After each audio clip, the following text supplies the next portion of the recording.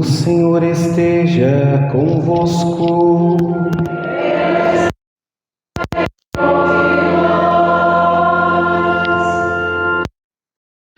Proclamação do Evangelho de Jesus Cristo, segundo João.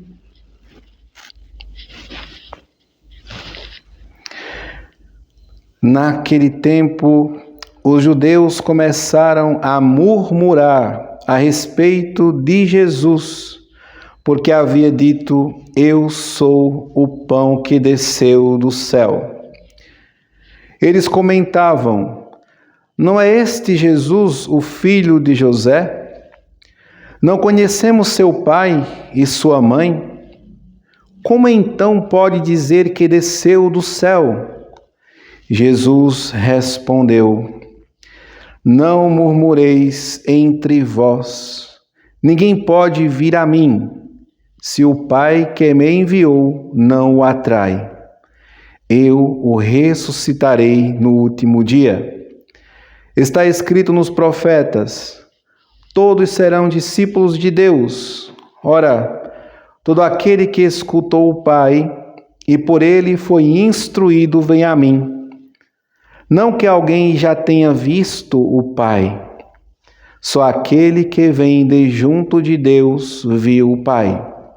Em verdade vos digo, quem crê possui a vida eterna.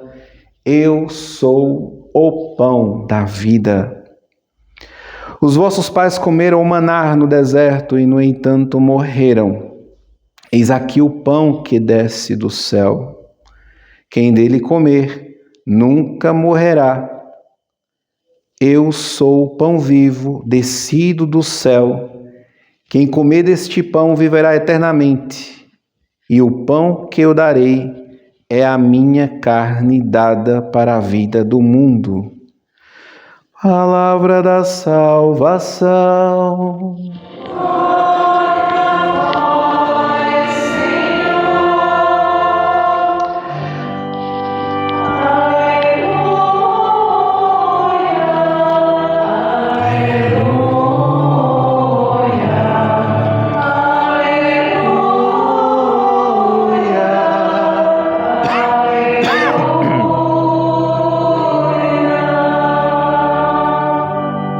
Amados irmãos e irmãs, no domingo anterior, os judeus perguntavam a Jesus que obra realizar para fazer a vontade de Deus.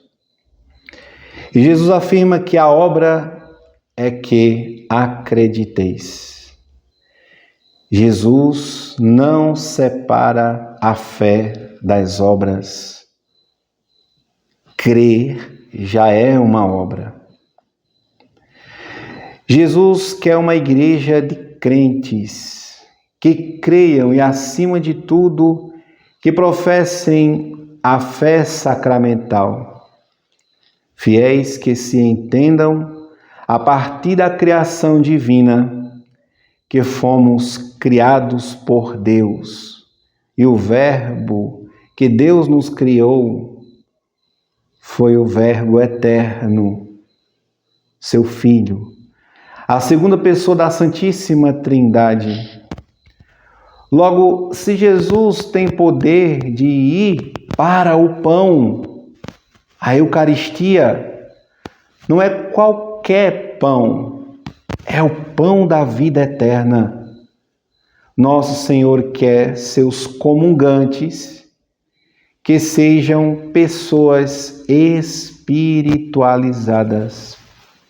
Somos seres espirituais, irmãos e irmãs. Não somos seres carnais somente. Existe em nós uma hierarquia, um governo divino. A Santíssima Trindade habita a alma que assume o espírito, que assume o nosso corpo, nossa carne. É a doutrina da nossa igreja, que a realidade, ou a dimensão superior assuma a inferior.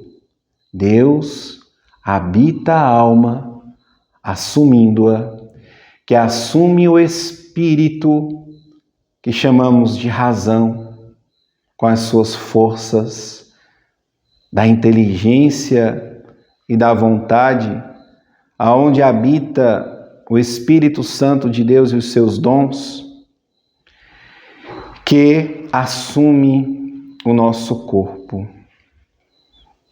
E no seu santo sacrifício que celebramos neste altar de maneira incruenta, a Igreja realiza o mesmo sacrifício que nosso Senhor realizou de maneira cruenta lá na cruz, derramando o seu sangue para cumprir o seu fim, a nossa salvação.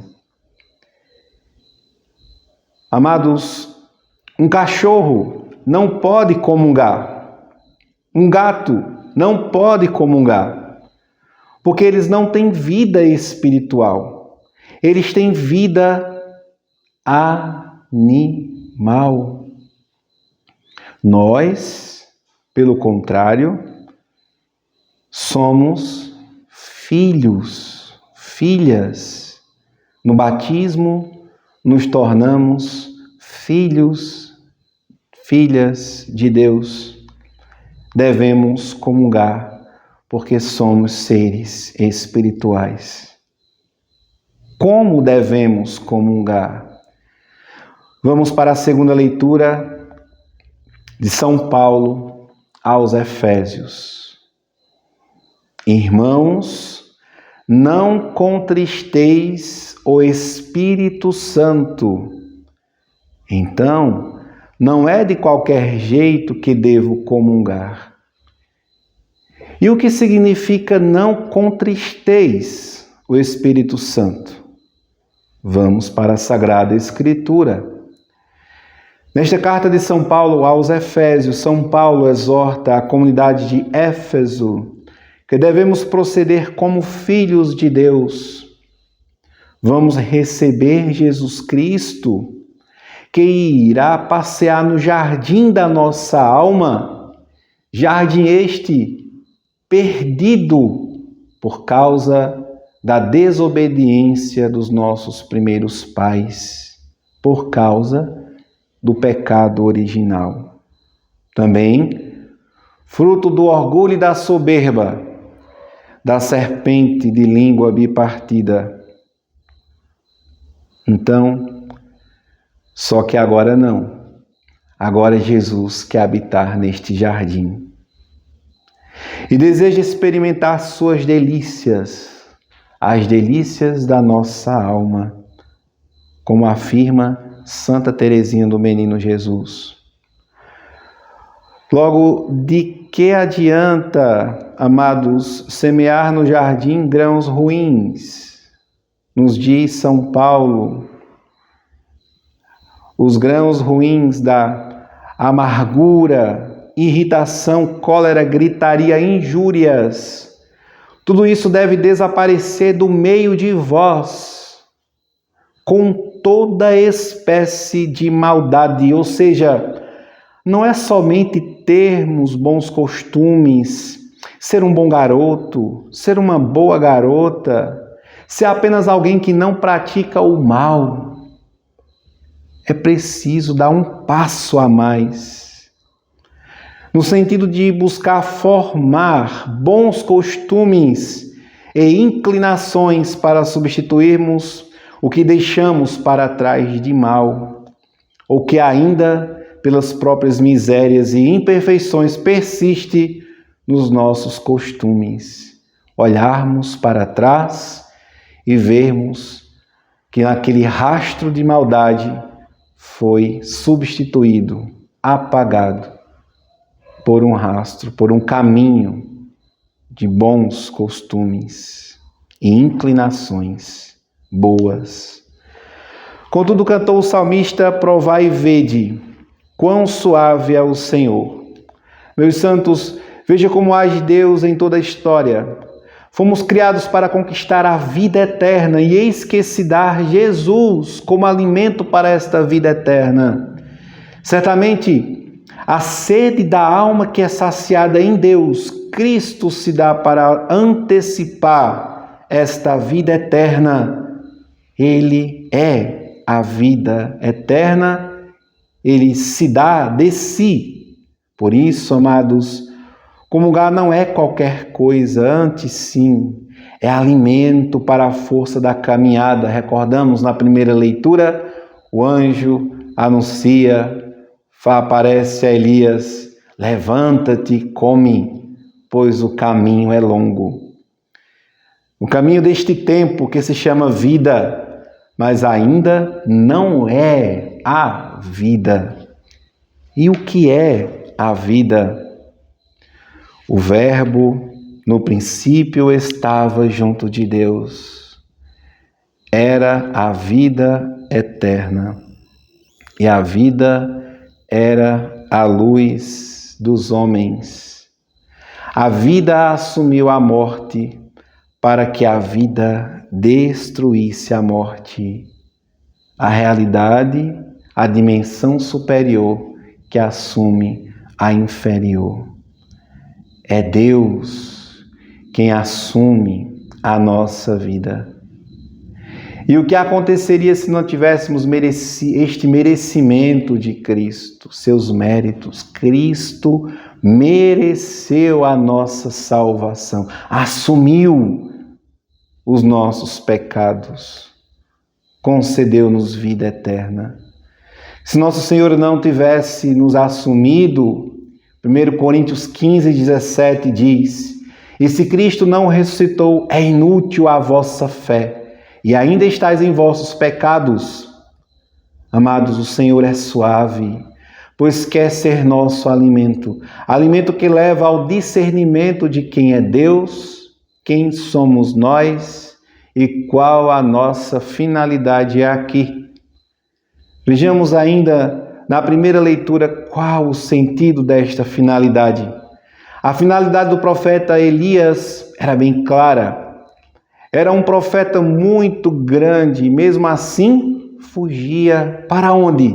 Para o deserto, cansado depois de um dia de caminhada. Desejava que Deus lhe tirasse a vida, enfastiado dessa vida terrena. Coisa muito natural para quem deseja a vida sobrenatural. Diz Santo Ambrósio, abre aspas, e não era a morte que ele temia, pois havia se oferecido ao que buscava por ele e disse ao Senhor: tira a minha alma. Ele resistia ao fastio desta vida, não ao desejo dela. Fugia à tentação mundana, ao contágio com uma conduta imunda e as impiedades de uma geração profana e pecaminosa. Fecha aspas. Eis aqui o pão que desce do céu. Quem dele comer nunca morrerá. Elias parece que não era muito apaixonado pela vida daqui. Amados, creiamos que viver a vida aqui para ter a Cristo no céu significa viver uma vida de ação de graças, de missa, uma vida em estado de graça, ou não poderemos dele comungar, e para isso você precisa vencer a falácia do mundo. Quais são? Todos fazem, muitos pecam e comungam mesmo assim, como se Deus estivesse lá no Monte Olimpo e não tivesse nada a ver com a minha vida aqui. Ele é Deus. Aonde é que Deus vai se importar com um reles mortal, que nem eu? Sim. Um único pecado mortal, amados. Um único pecado mortal. Jesus teria sofrido do mesmo jeito. Por uma única pessoa, Jesus teria sofrido do mesmo jeito, por causa do pecado original dos primeiros pais, de desobediência, mas também por causa do orgulho e soberba da antiga serpente de língua bipartida. Amados, não despertar a consciência para essa realidade significa praticar comunhões blasfemas. Jesus não merece o nosso lixo. Por quê? Porque para comungarmos em estado de graça, foi preciso Jesus assumir, satisfazer, reparar nossos pecados. Jesus tem por nós um amor eterno. Do mesmo modo que cremos na sua santíssima presença na Eucaristia, devemos crer também no seu perdão, dado por um mandato divino aos seus sucessores, os apóstolos, para reter os pecados. Cremos em Jesus Eucarístico. Precisamos crer também na confissão, na reconciliação. Pedro, tu és pedra, e sobre esta pedra edificarei a minha igreja. Aquilo que ligares na terra será ligado no céu, aquilo que desligares na terra será desligado nos céus, dando o poder de perdoar e de reter pecados. Por que, amados? Porque o nosso pecado repercute na eternidade. E só o sacrifício de um Deus eterno poderia remir esta marca eterna. Logo, e voltamos assim àquele estado de graça do batismo, a partir da confissão. É o amor de Deus que é derramado. E este movimento de um superior que assume o inferior, a igreja chama de misericórdia. Isto é amor. Isto é amor. Só Deus, que é eterno, pode reparar esta falta por um perdão eterno. E agora, repleto de caridade e de amor, contrito, você terá forças para amar Deus de volta, sem o egoísmo dos erros e das paixões desordenadas. E para amar Deus de volta, precisamos permitir que Ele nos ame primeiro. Descobrir o amor de Deus que nos amou primeiro, e para isso, primeiro, é preciso se livrar do egoísmo, do pecado. Por quê? Amados, você acha que o demônio fica tranquilo com isso? Uma pequena ação sua, uma confissão bem feita, oração, caridade e jejum, são capazes de romper este muro de separação entre o filho pródigo e o pai.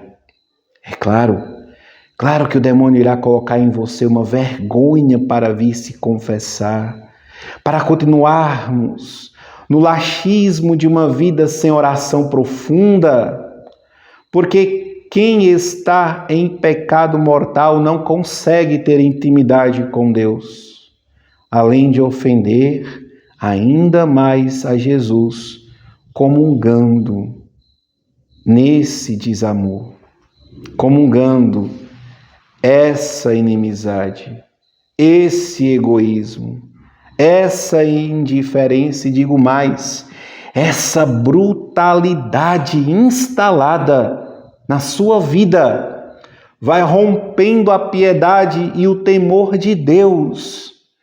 As pessoas não têm mais medo do inferno, e a serpente de língua bipartida vai colocando muitas mentiras para lhe enganar. Primeiro, que a igreja é apenas material, somente. Que Jesus remiu uma vez por todas lá na cruz do passado lá atrás, uma única vez. Então a missa deixa de ser Calvário para ser só uma festinha. E a Eucaristia serve apenas para um momento educacional, para sermos bons cidadãos nesta vida aqui. Ora, amados, bons cidadãos, cumprir um dever de Estado está ligado diretamente também ao mandamento da lei de Deus. Desacatar uma autoridade civil é um pecado contra o quarto mandamento. Caros filhos amados, vamos crer, vamos vencer a soberba dos fariseus, dos judeus, que murmurando olham Jesus apenas como o filho do carpinteiro e de Maria. Ele não era o filho de José, ele não era o filho de Maria, e ele não estava aqui conosco, então ele é um mero conhecido nosso. Como é que veio do céu? Peçamos humildade para perceber a danação que está indo às pessoas, agindo assim com esta presunção. Não entristeceis o Espírito Santo. E rezemos, pedindo discernimento para que nossas escolhas fluam de um coração adorador, como foi o coração castíssimo de São José e da bem-aventurada Virgem Maria. Rezemos também pelos pais responsáveis pela educação de seus filhos, seus melhores amigos, para que ensinem que a vida eterna significa que tanto o prêmio como a pena durará eternamente, para que desejem ver seus filhos e a si mesmos na beatífica visão de Deus, a verdadeira vida e felicidade da alma. E que São José, imagem da figura paterna, terror dos demônios, os livre da privação de Deus, que é a máxima infelicidade em uma espécie de morte eterna. Sim, espécie de morte, porque a alma não morre, é eterna. Ou irá ser salva, ou irá para a danação. Livre-nos, Deus, deste mal, de não viver eternamente convosco, ó Senhor. E dai-nos coragem de nos contrariar na salutar dor da cruz de cada dia. Assim seja. Glória ao Pai, ao Filho e ao Espírito Santo, como era no princípio. Ó Maria concebida sem pecado, rogai por nós que recorremos a vós.